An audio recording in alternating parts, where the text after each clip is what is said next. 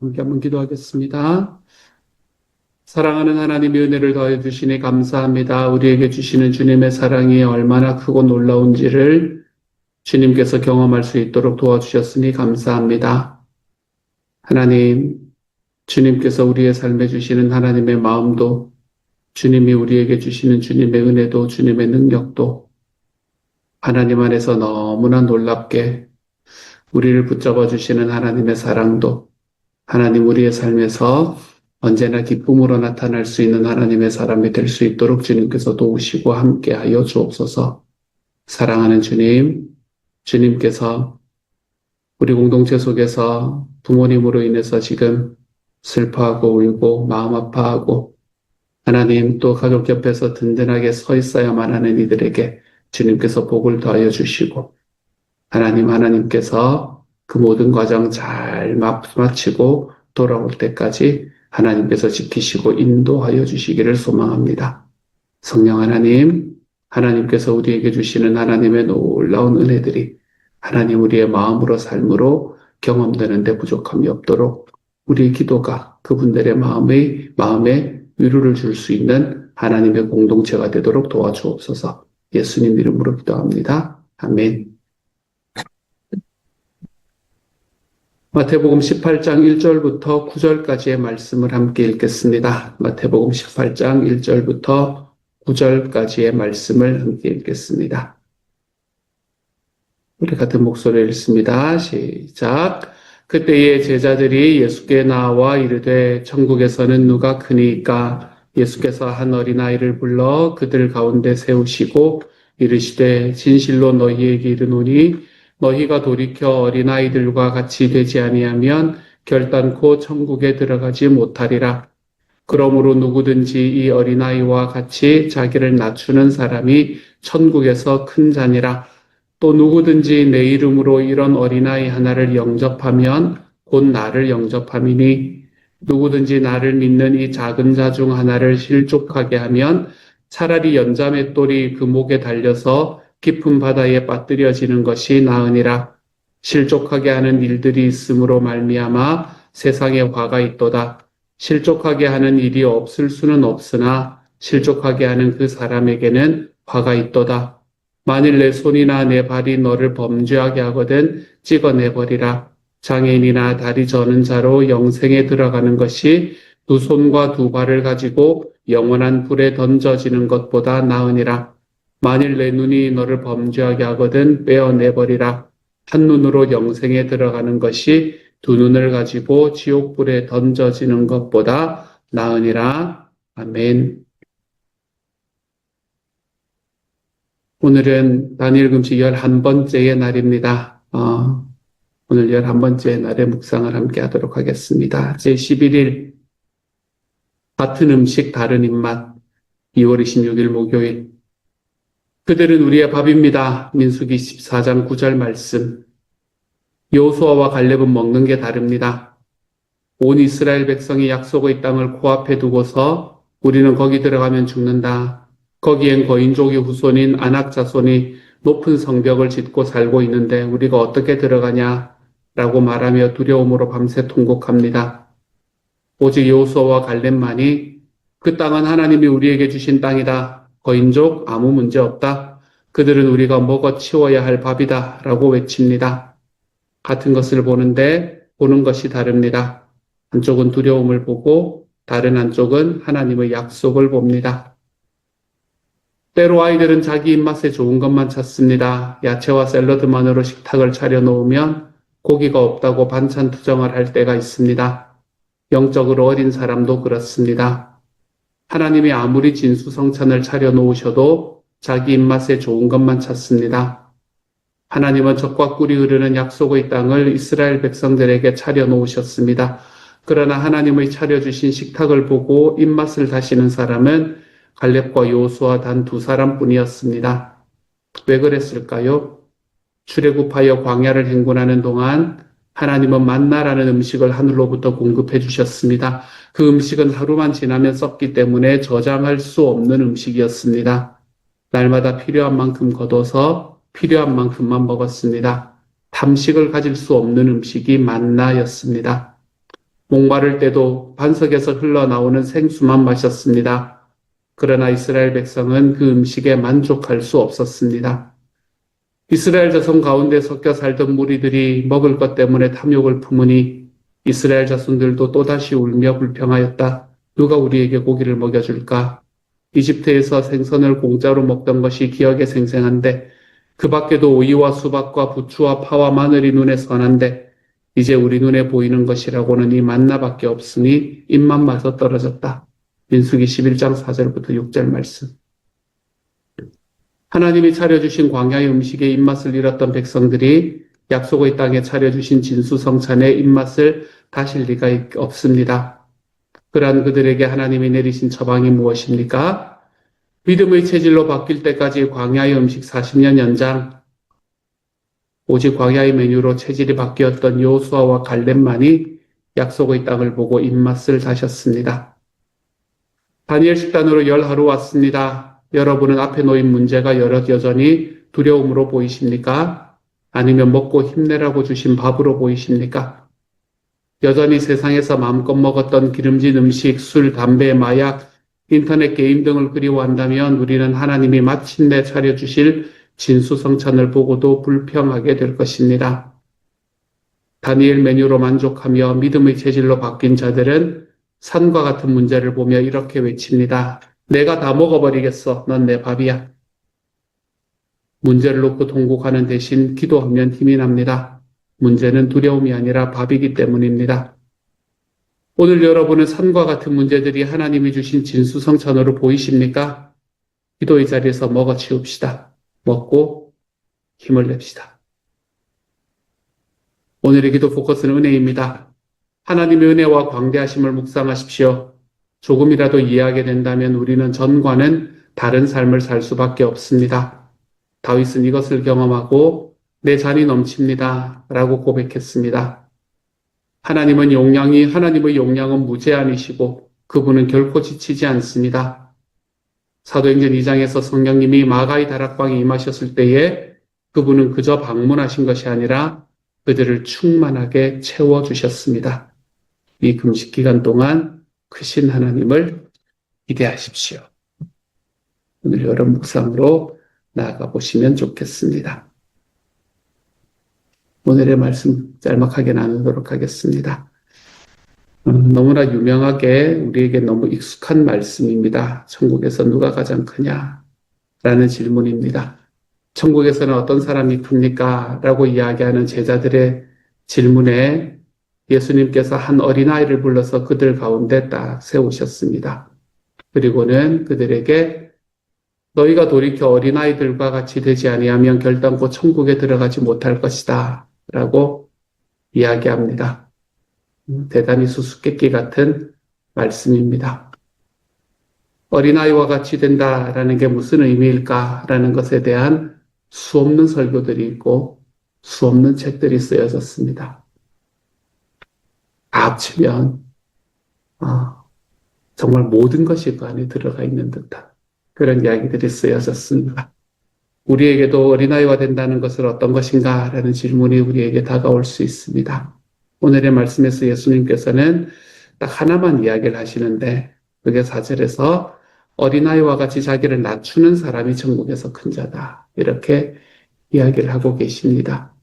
아마 어린아이를 바라보면서 그 어린아이가 가지고 있는 천진난만함, 어린아이가 가지고 있는 믿음, 그간 부모에 대한 거짓 없는 믿음, 의심 없는 믿음, 이런 것들 여러 가지를 이야기할 수 있겠지만, 오늘 예수님께서 이야기하신 것은 어린아이와 같이 자기를 낮추는 사람이 천국에서 큰 사람이다. 라고 이야기를 합니다. 자기를 낮추는 사람, 겸손한 사람이라는 이야기지요.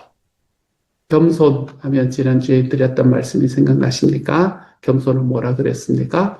함부로 절망하지 않는 것이 겸손이다. 라고 이야기했습니다.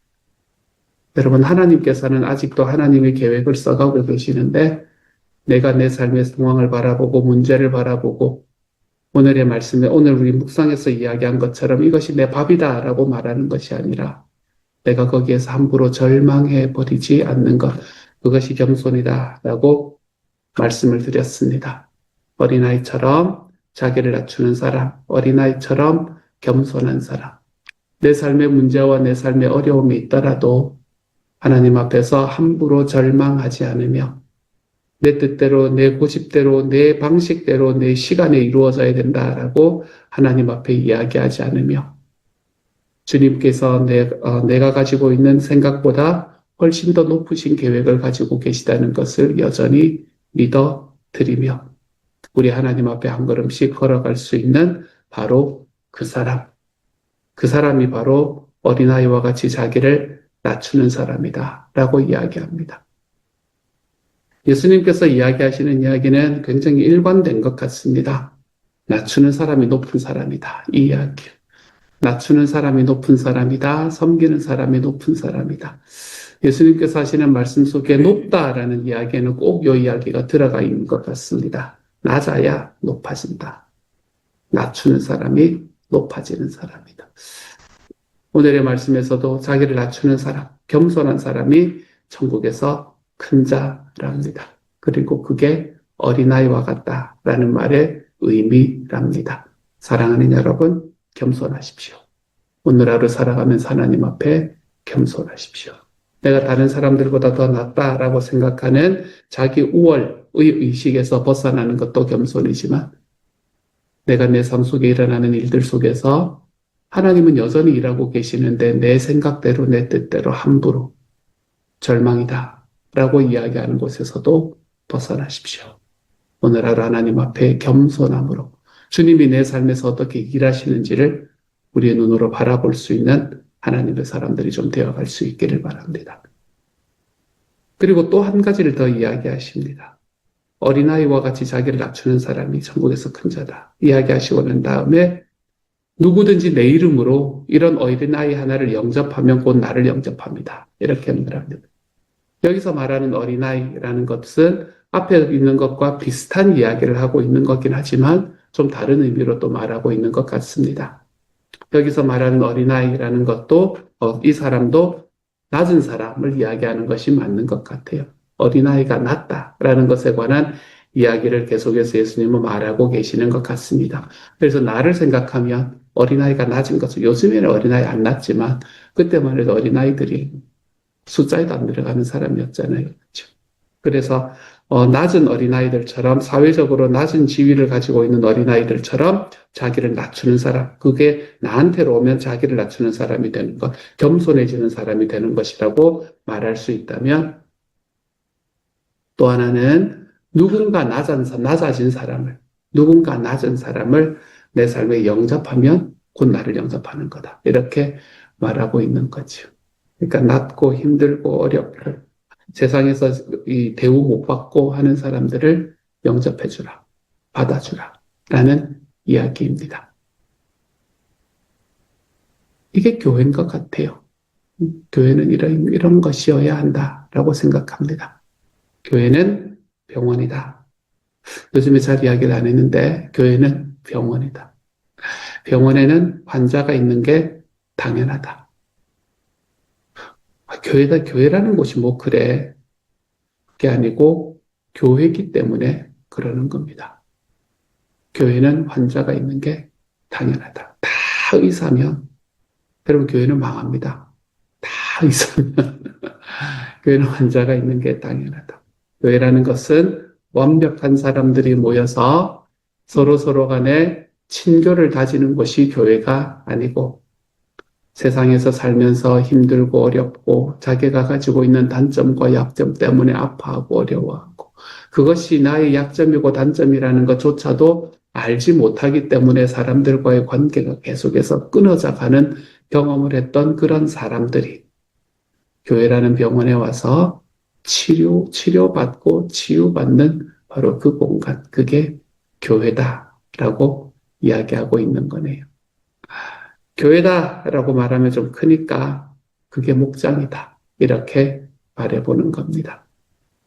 내 이름으로 어린 아이 하나를 영접하는 것이 주님을 영접하는 것이다.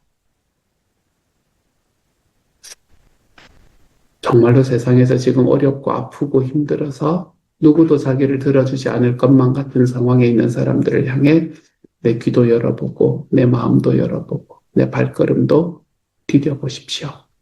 그게 주님을 영접하는 것이다 라고 이야기를 합니다. 그게 주님을 영접하는 거예요. 교회가 필요로 하는 사람, 내가 이게 말이 좀 애매해서 항상 좀 그런데 이 사람이 우리 교회에 있으면 참으로 좋겠다. 여러분 그런 사람을 향해서 걸어가지 말고 이 사람에게 교회가 있으면 정말 좋겠다. 그런 사람을 향해 걸어가십시오. 교회가 이용할 수 있는 사람을 향해서 걷지 말고 목장이 그 사람을 통해서 뭔가 이용할 수 있는 그런 사람을 향해서 걷지 말고 우리 목장에서 뭔가 힘을 써서 우리 목장을 부흥도시켜주고 우리 목장을 즐겁게도 만들어주고 하는 그런 사람들을 찾아다니지 말고 우리 목장이 아니면 다른 곳에서는 위로를 받거나 그 아픔이 치유받을 수 없는 것 같은 그런 분을 향해서 걸어가 보십시오. 그런 사람을 영접하면 곧 예수님을 영접하는 것이다. 라고 말합니다. 그런 이들을 좀 섬겨보고 우리의 그런 섬김과 우리의 마음을 통해서 그런 마음들을 통해서 그들이 삶에서 가지고 있었던 삶의 아픔과 고독과 힘듦들이 치유받는 모습들을 좀 경험해 볼 수 있는 하나님의 사람이 되어 가십시다. 우리가 그런 목장을 좀 만들어 가십시다. 그래서 우리가 어린아이와 같은 사람인데 세상에서 진짜 지금 아프고 낮고 어렵고 힘든 사람인데 우리가 이 사람을 영접했더니 이 사람이 주님처럼 변했구나. 우리가 그런 사람들을 우리의 목장에서 늘 기도하고 우리의 목장에서 늘 섬기면서 좀 살아가 볼 수 있는 하나님의 사람이 되어서 우리도 천국을 누리고 우리도 천국에서 큰 자가 되고 정말로 세상에서 어렵고 아픈 사람, 마음 아프고 상처받은 이들이 위로받고 우리 목장에 들어오면 그들도 큰 자가 될 수 있는 그런 하나님의 사람들로 자라갈 수 있기를 우리 주님 이름으로 축복합니다. 같이 기도합시다. 주님, 어린아이와 같이 자기를 낮추는 사람이 천국에서 큰 자라고 하셨습니다. 내 이름으로 어린아이 하나를 영접하면 곧 나를 영접하는 것이다 라고 이야기하셨습니다. 사랑하는 주님, 겸손하겠습니다. 함부로 절망하지 않겠습니다. 사랑하는 주님, 하나님이 여전히 일하고 계심을 믿어 드리겠습니다. 그러니 하나님께서 우리가 주님 앞에서 겸손함으로 나아갈 때에 하나님이 주시는 그 신사랑이 하나님 우리의 마음에 경험될 수 있도록 주님께서 도우시고 함께하여 주옵소서. 성령 하나님, 하나님께서 또한 우리가 살아가는 우리의 목장에 우리 교회에 하나님 어린아이 같은 사람들이 항상 넘칠 수 있도록 도와주시기를 소망합니다.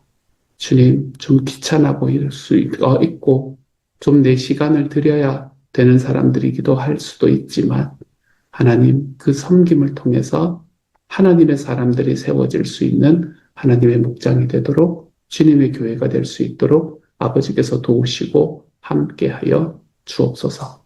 주님께서 우리에게 주시는 하나님의 능력을 가득하게 채우시기를 소망하며 모든 말씀 우리 주님 예수님 이름으로 기도드립니다. 아멘.